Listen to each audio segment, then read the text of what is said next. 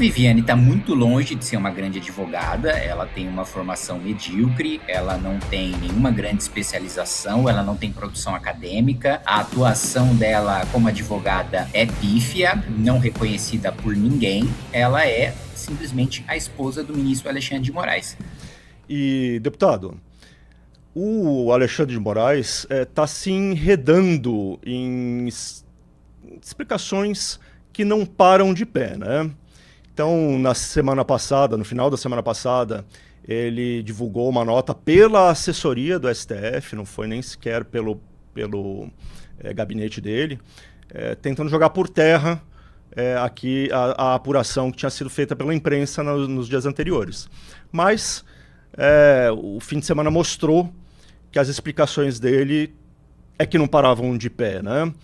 Então, é estranho e grave você ver um ministro do STF oferecendo explicações públicas que não se sustentam, né? Não, realmente não para de pé, ele foi rapidamente desmentido, tentou jogar a responsabilidade sobre a CPMI do INSS, ele cometeu um erro grave aí, porque as informações, o diálogo dele com o Vorcaro não está na nossa quebra. Eu tive acesso, eu vi tudo. Não existe diálogo entre o Vorcaro e Alexandre de Moraes naquilo que nos foi enviado. Aliás, e aqui eu acho que tem uma responsabilidade da Polícia Federal, apenas 0,25% daquilo que foi obtido pela Polícia Federal foi enviado à CPMI. O grande diálogo que foi enviado, e que eu fui obrigado a ler até as 3 da madrugada, são 2 anos de conversa dele com a amante, que não são de todo inúteis, né? A gente soube por essas conversas, que pelo menos durante 4 vezes, né, o Vorcaro esteve com Alexandre de Moraes, por pelo menos 3 vezes esteve com o senador Ciro Nogueira, que considera o senador Ciro Nogueira, aspas, um amigo da vida, e que a reunião com o Lula teria sido ótima, né? Que ele teria ficado muito animado do Lula chamar ministro, do Lula chamar presidente do Banco Central. As conversas não foram de todo inúteis, mas nós temos que receber tudo, né? No mínimo tudo que tem relação com o desvio do INSS, né? Não 0,25%, né? Essa coisa é pífia, é absolutamente insuficiente, né? E as justificativas do Alexandre de Moraes são justificativas de alguém que está desesperado, de alguém que está emparedado, de alguém que não conseguiu nenhuma desculpa melhor. Me lembra, não sei, um moleque que foi pego explodindo a privada da escola e que não sabe mais como se defender. Eu acho que essa é a situação do Alexandre de Moraes agora. Deixa eu lhe fazer uma outra pergunta.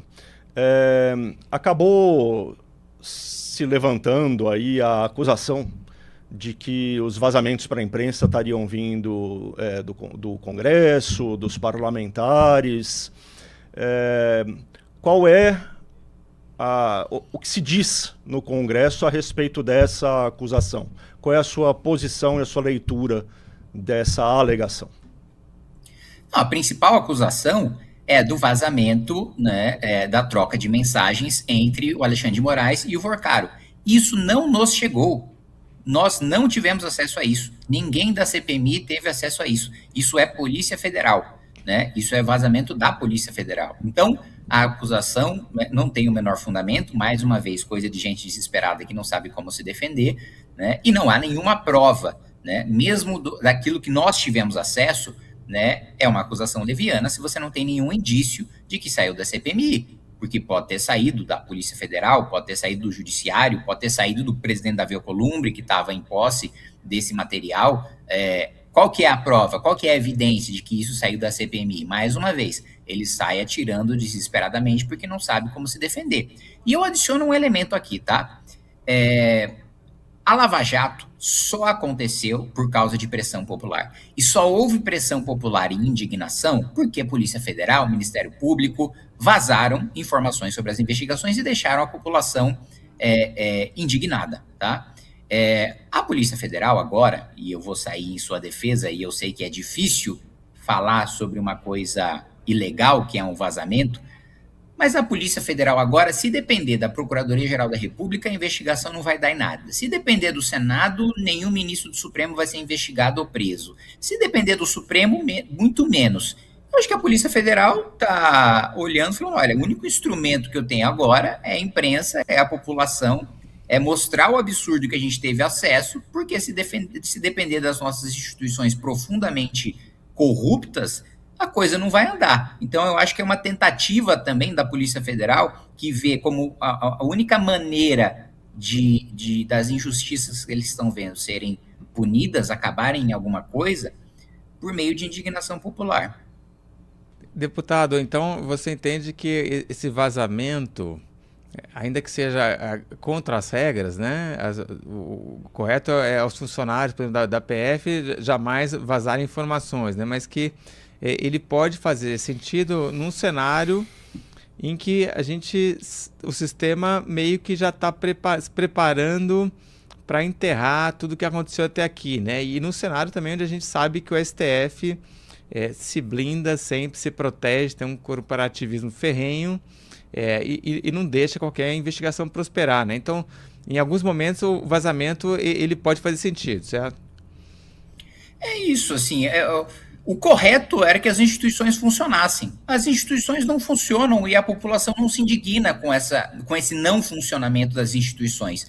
Então, a Polícia Federal também está numa situação de desespero de falar, olha, a única maneira de acontecer alguma coisa é a população tendo acesso, se indignando com isso, são coisas de interesse público, e então é isso, assim, mais uma vez, eu estou numa posição muito difícil, né, de passar pano por uma coisa que é ilegal. Mas, assim, qual que é a alternativa? Né? Em qualquer país sério, o país estaria parado. Teria pessoas acampando, e eu falo isso que eu já acampei, acampando em frente ao Congresso Nacional. Né? Estaria a esplanada dos ministérios lotada, a Avenida Paulista estaria lotada, teriam manifestações históricas em qualquer país minimamente decente. Isso não está acontecendo, as instituições não funcionam, e a Polícia Federal está nessa tentativa de ter algum fôlego, de não ser massacrada, como a gente viu, olha só, o presidente do Sindicato dos Auditores Fiscais foi colocado como investigado porque deu uma entrevista dando uma opinião e uma explicação técnica. Então, assim, é uma anomalia, a gente está num faroeste institucional, né?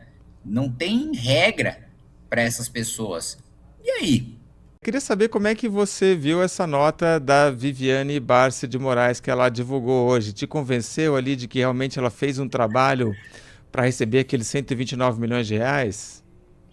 Claro que não. Eu até fiz um cálculo ali, uma conta de padeiro, né? Pelas reuniões que ela disse, tantas reuniões, trabalhando 3 horas, né? Fazendo aí um dia de 8 horas de trabalho, né? Ela teria recebido 3,6 milhões de reais por dia trabalhado. Olha, não conheço nenhum grande advogado que tenha recebido essa quantidade de dinheiro. A Viviane está muito longe de ser uma grande advogada, ela tem uma formação medíocre, ela não tem nenhuma grande especialização, ela não tem produção acadêmica, a atuação dela como advogada é pífia, não reconhecida por ninguém, ela é simplesmente a esposa do ministro Alexandre de Moraes.